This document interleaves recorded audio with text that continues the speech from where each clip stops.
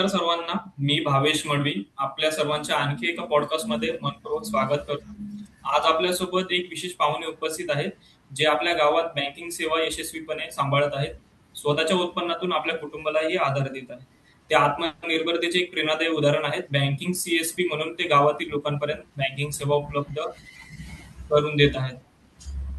त्यांच्याशी आपण आता संवाद साधूया व त्यांच्या या यशस्वी प्रेरणादायी प्रवासाबद्दल सविस्तर जाणून घेऊया. कनिलालजी नमस्कार. नमस्कार सर. सर्वप्रथम आपले नाव आणि आपल्याबद्दल थोडक्यात सांगा.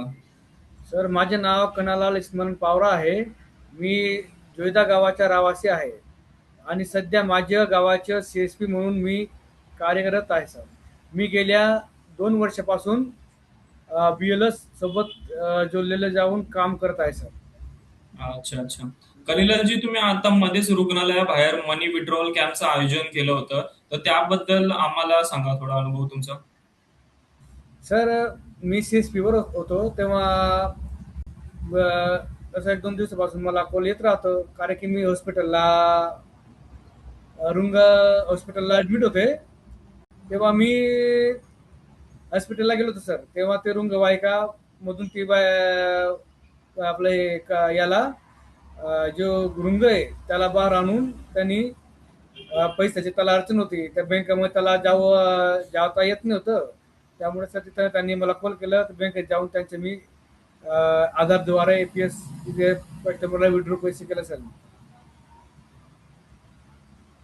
अच्छा अच्छा. चांगलं काम केलंय. चांगला जो आयोजन होता तो आम्ही बघितला. तुमचे फोटोज वगैरे आले, व्हिडिओज आले आमच्याकडे. चांगला जो आयोजन होता तो तुमच्याद्वारे झालेला आहे. करत राहतो सर मी असं सर्व्हिस वगैरे, दवाखान्याच्या घर जाऊन वगैरे सगळं लोकांचं आपण सेवा करत राहतो काही. अच्छा अच्छा. चांगलं काम केलं तुम्ही.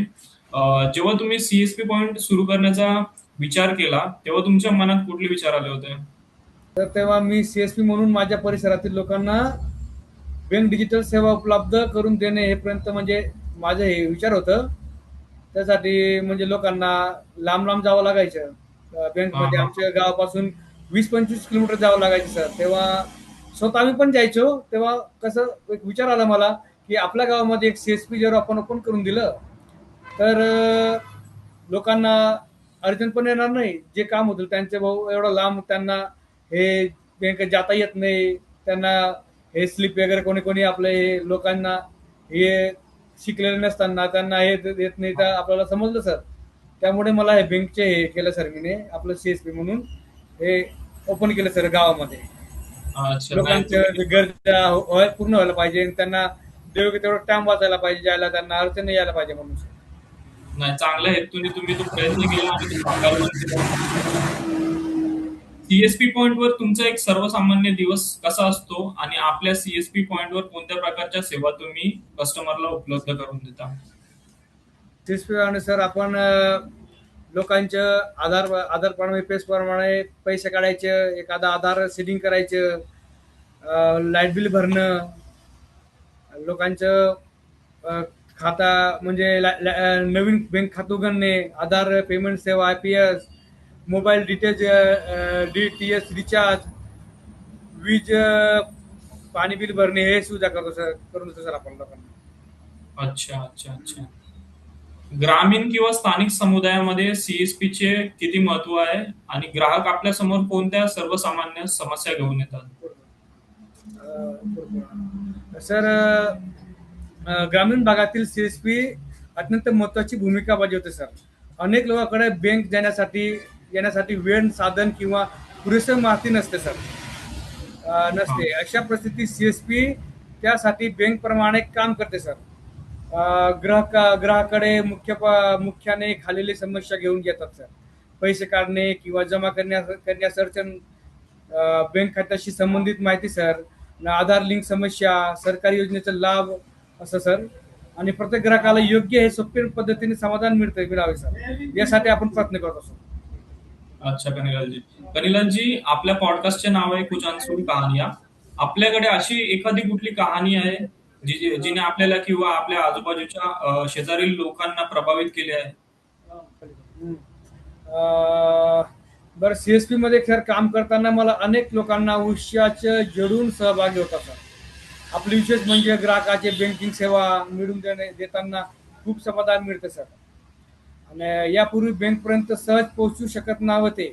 एखाद्या ग्राहकाला खातं उघडणे, त्यासाठी सरकारी योजनेचा लाभ मिळवून देणे किंवा गरजेच्या वेळी पैसे काढण्याची मदत करणे, अशा छोट्या छोट्या गोष्टीच्या साठी किंवा खूप त्रास होतो सर. अनुभवामुळे माझ्या कामाची महत्व मला अधिक जाणवले सर. अच्छा अच्छा. कनिलालजी, सीएसपी मध्ये काम करणाऱ्या व्यक्तींसाठी कोणती कौशल्य महत्वाची आहेत व या कामामुळे तुमच्या दैनंदिन जीवनामध्ये कुठले बदल आले? या कामासाठी सर काही कौशल्य अत्यंत महत्वाचे आहे सर. 12वी उत्तीर्ण असणे अनिवार्य आहे सर. IBFF प्रमाणपत्र, मूलभूत संगणक आणि डिजिटल ज्ञान असे किंवा सर असं आहे सर. अच्छा अच्छा. ज्या व्यक्तींना सीएसपी पॉइंट सुरू करायचे आहे किंवा सीएसपी पॉइंट वर काम करायचे आहे त्यांना आपण काय सल्ला द्याल? 12वी उत्तीर्ण असणे अनिवार्य तेच बोलत सर मी. 12वी म्हणजे 12वी पास व्हायचे, 12वी उत्तीर्ण होणे गरजेचे. IBFचे सर्टिफिकेट पाहिजे, संगणकचे सुविधा पाहिजे आपल्याकडे, आणि वरून आपल्याकडे हे सगळं लाईट वगैरे सगळं हे पूर्ण सुविधा पाहिजे. शॉप पाहिजे स्वतःच, असं पाहिजे सर. आणि प्रिंटर पाहिजे. लाईट गेले तर आपलं इन्व्हर्टर वगैरे पण पाहिजे सर. दुसरं काही नाही सर. लाईट गेले तर आपलं इन्व्हर्टर पाहिजे. दुसरं हेच आहे सर. अच्छा अच्छा. आपण 5 स्टार सीएसपी आहेत का? असल्यास त्यासाठी कोणत्या गोष्टी आवश्यक आहेत आणि त्याचे फायदे काय आहेत?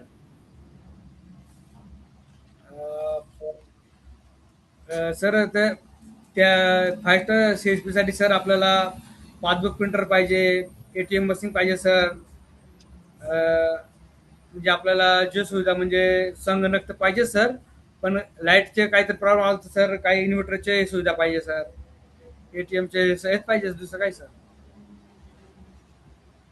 ठीक आहे ठीक आहे ठीक आहे. आपल्याला असे वाटते का डिजिटल सेवा जी आहे ती सीएसपी ची भूमिका बदलत आहे?